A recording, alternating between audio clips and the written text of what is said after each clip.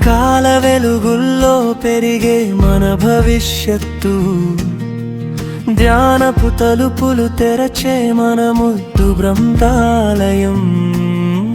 మౌనమే మాటలై, అక్షరాలు మిత్రులై, కలలకి రెక్కలు ఇస్తుంది ధ్యాన మందిరం.